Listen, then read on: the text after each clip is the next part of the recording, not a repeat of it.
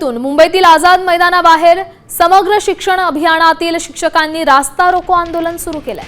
कायमस्वरूपी सेवेत सामावून घेण्यात यावं या मागणीसाठी शिक्षक रस्त्यावर उतरलेत। मागील एका महिन्यापासून आझाद मैदानात शिक्षकांचं आंदोलन सुरू आहे। आज त्यांनी आंदोलन अधिक तीव्र केलं। या आंदोलनामुळे परिसरातील वाहतुकीवर परिणाम झालेला आहे। पोलिसांचा बंदोबस्त वाढवण्यात आला।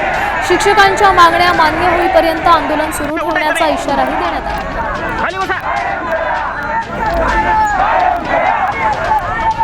मुंबईच्या आझाद मैदानाबाहेरची ही सगळी दृश्य आहे। शिक्षकांनी रास्ता रोको आंदोलन सुरू केलेलं आहे। शिक्षकांच्या या ज्या मागण्या आहेत त्या मान्य होईपर्यंत आंदोलन सुरूच ठेवण्याचा इशारा या आंदोलकांनी दिला।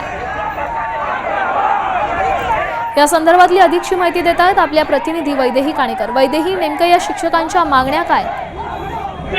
नक्कीच आपण बघतोय की गेल्या एक महिन्यापासून साधारण हे शिक्षक जे आहेत ते आझाद मैदानात आंदोलन करत होते। मात्र कायमस्वरूपी सेवेमध्ये सामावून घेण्याची त्यांची मागणी होती आणि या त्यांच्या मागणीकडे कोणाचं लक्ष येत नसल्याचं त्या ठिकाणी तक्रार देखील आंदोलनकर्त्यांची होती आणि म्हणूनच सरकारचं लक्ष आपल्याकडे वेधण्यासाठी हे आंदोलन करण्यात आलं असल्याची माहिती सध्या मिळत आहे। आपण बघतोय की आंदोलकांना पोलिसांनी जरी ताब्यात घेतलं असलं तरी शिक्षकांचा प्रश्न आहे त्याच्याकडे लक्ष देणं गरजेचं आहे।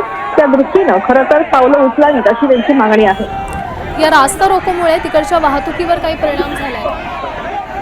नक्कीच आपण बघतोय की आझाद मैदानातील हे आंदोलक रस्त्यावर आल्यामुळे काहीसा परिणाम हा वाहतुकीवर त्या ठिकाणी झालेला बघायला मिळाला। मात्र पोलिसांनी वेळीच परिस्थिती जी आहे ती सावरली असल्यामुळे फारसा हा परिणाम झाला नाही। मात्र काही वेळेसाठी वाहतूक कोंडी त्या ठिकाणी पाहायला मिळाली आहे। खास करून मुंबई महानगरपालिकेचा परिसर आहे, मुंबई छत्रपती शिवाजी टर्मिनस परिसर आहे, त्याच्यामुळे वाहतुकीची खरं तर मोठ्या प्रमाणात कोंडी होण्याची। धन्यवाद वैदेही, तुम्ही दिलेल्या या सविस्तर अपडेटसाठी। तर आंदोलन हे सुरूच ठेवण्याचा इशारा या आंदोलकांनी दिलेला आहे। आझाद मैदानाबाहेरची ही ताजी दृश्य तुम्ही पाहताय।